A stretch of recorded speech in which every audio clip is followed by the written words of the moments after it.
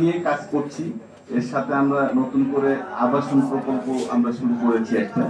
তো যাই হোক, তো যেটা একটু আগেও আমরা বিশেষ করে সার্জিস আলম প্লাস আমাদের রিজভি ভাই ওনাদের মুখে যেটা শুনলাম, সবচেয়ে রংপুরে ভয়াবহ অবস্থা চিকিৎসা ব্যবস্থা সরকারিভাবে।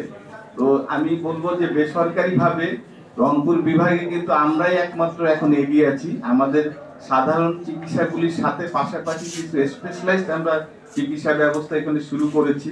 একটু আপনাদের অবগতির জন্য বলে রাখি, কারণ সবার তো ফ্যামিলি রংপুরের দিকেই থাকে, আপনারা আত্মীয় স্বজন আমাদের সাপোর্ট দিতে পারবেন। বিশেষ করে ইমার্জেন্সি ব্যবস্থাটা আমাদের এখানে রাত্রি 11:30টার পর যদি কেউ অসুস্থ হয়, রংপুর বিভাগে কোথাও বিশেষজ্ঞ ডাক্তার পাবেন না, একমাত্র আমরা ছাড়া।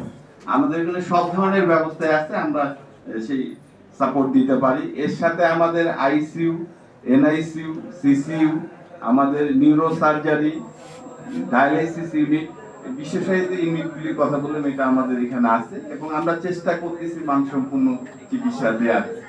এর পাশাপাশি আমাদের মেডিকেল কলেজ আছে, ডেন্টাল কলেজ আছে, নার্সিং কলেজ আছে। আমাদের মেডিকেল ডেন্টাল কলেজে আমরা 4টা দেশের স্টুডেন্ট আমাদের এখানে পড়ে, নেপাল, মালদ্বীপ, ভুটান, ইন্ডিয়া। আমরা আমাদের রংপুরকে 4টা দেশে উপস্থাপন করতে পেরেছি।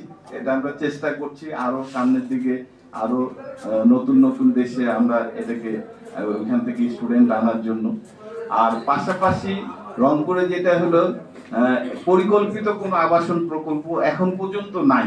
আমরা প্রথম শুরু করেছি একটা আনান সিটি নামে, যেটা হলো এখানে 220 বিঘা জায়গার উপর আমরা একটা পরিকল্পিত একটা সিটি বানাচ্ছি, যেটা হলো 30% জায়গা ছেড়ে দেওয়া হচ্ছে। তো এখানেও আমরা চেষ্টা করছি যে রংপুরকে কিছুটা হলেও বদলিয়ে দিতে। তো যাই হোক, যেটা হলো যে আমাদের রংপুরকে এগিয়ে নিতে গেলে আমি এখানে অনেকেই